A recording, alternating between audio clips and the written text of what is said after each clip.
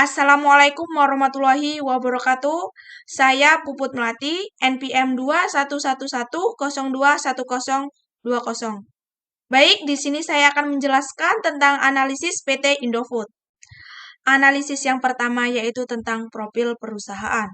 Perusahaan ini didirikan dengan nama PT Panganjaya Intikusuma pada tanggal 14 Agustus 1990 oleh Sudono Salim. Pada tanggal 5 Februari 1994, perseroan mengubah namanya yang semula dengan PT Panganjaya Intikusuma menjadi PT Indofood Sukses Makmur. Pada awalnya, PT Indofood Sukses Makmur adalah perusahaan yang bergerak di bidang pengolahan makanan dan minuman yang didirikan pada tahun 1971. Namun pada saat ini, perusahaan memiliki 36 pabrik, lebih dari 10 merek, dengan 150 rasa dan tipe distributor yang melayani hampir 150.000 outlet. Analisis selanjutnya yaitu tentang tujuan didirikannya PT Indofood Sukses Makmur yang ada di Bandung. Yang pertama yaitu memperluas bidang perusahaan secara terus-menerus melalui bidang internal maupun pengembangan usaha strategis. Yang kedua, mengurangi biaya transportasi.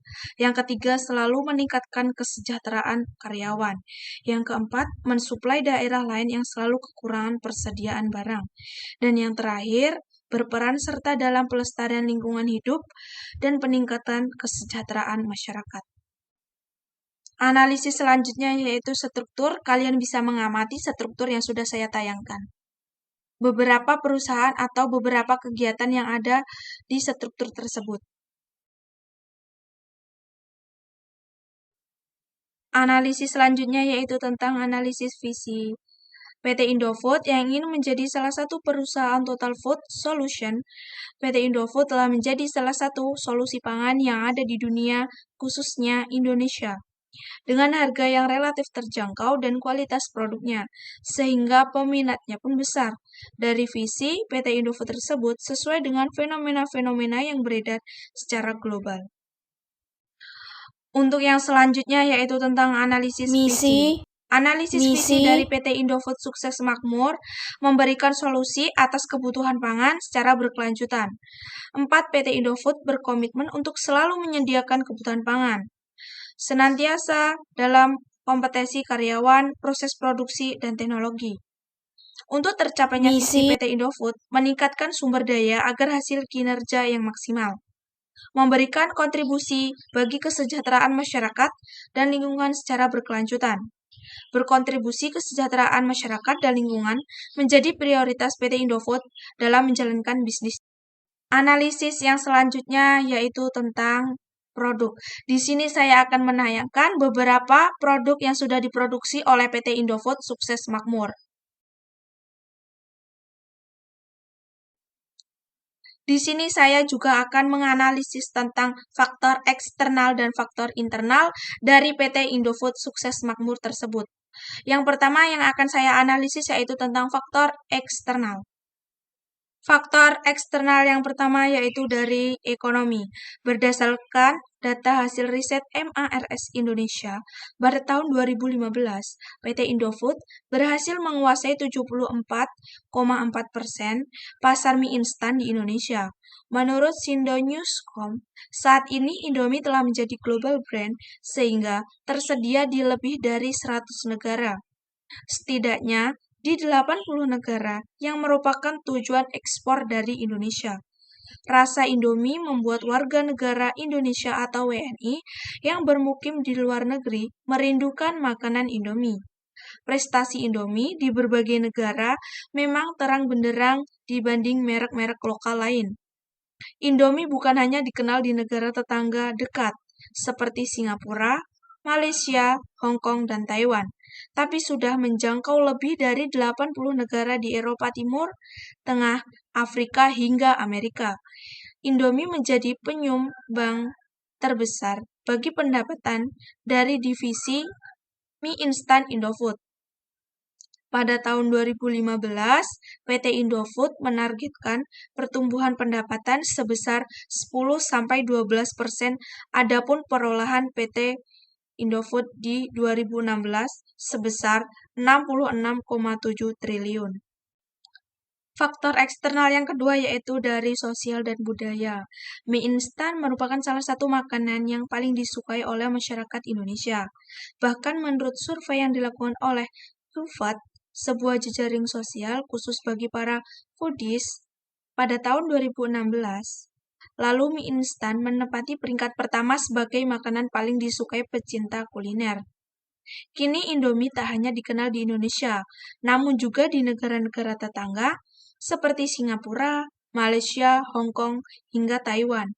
Bahkan telah menjangkau negara-negara baik di kawasan Eropa Timur, Tengah, Afrika maupun Amerika. Direktur PT Indofood, Franciscus Wilarang mengatakan, terkenalnya produk ini, mie instan di berbagai negara karena hasil kerja keras dari pihak secara konsisten sejak Indomie pertama kali dipasarkan ke negara lain pada 1992. Selanjutnya yang kita bahas adalah lingkungan internal. Untuk lingkungan internal, yang pertama yang mempengaruhi yaitu konsumen. Konsumen Indomie tidak hanya ada di Indonesia, tetapi berada di Australia. Indomie merupakan makanan kegemaran di Australia.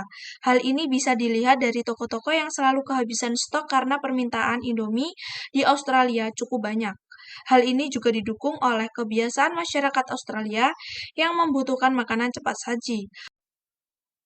Faktor internal yang selanjutnya yaitu pemasok. Grup Indofood merupakan perusahaan Total Food Solution dengan kegiatan usaha yang mencakup seluruh tahapan proses produksi makanan, mulai dari produksi dan pengolahan bahan baku hingga menjadi produk akhir yang tersedia di pasar. Sebagai perusahaan terkemuka dalam industri makanan olahan di Indonesia, kegiatan operasional Grup Indofood didukung oleh sistem distribusi yang ekstensif, sehingga produk-produknya sangat dikenal di seluruh Nusantara. Produk-produk Grup Indofood antara lain mie instan, dairy, bumbu penyedap makanan, makanan ringan, makanan bayi, tepung terigu, pasta, biskuit, minyak goreng, margarin, dan shortening, merek-merek produk Grup Indofood. Faktor internal yang selanjutnya yaitu pesaing. Salah satu competition Indomie adalah mie sedap. Mie sedap masuk ke pasar dengan harga yang lebih murah dibandingkan dengan harga yang ditawarkan Indomie. Sehingga konsumen yang terpengaruhi harga akan lebih memilih mie sedap. Pesaing Indomie di Australia adalah makanan pasta. Tetapi tetap saja Indomie dapat lebih unggul karena Indomie memiliki kekhasan, rasa, dan harga yang lebih murah, harga $1 per 3 bungkus. Dan penyajiannya juga mudah serta cepat.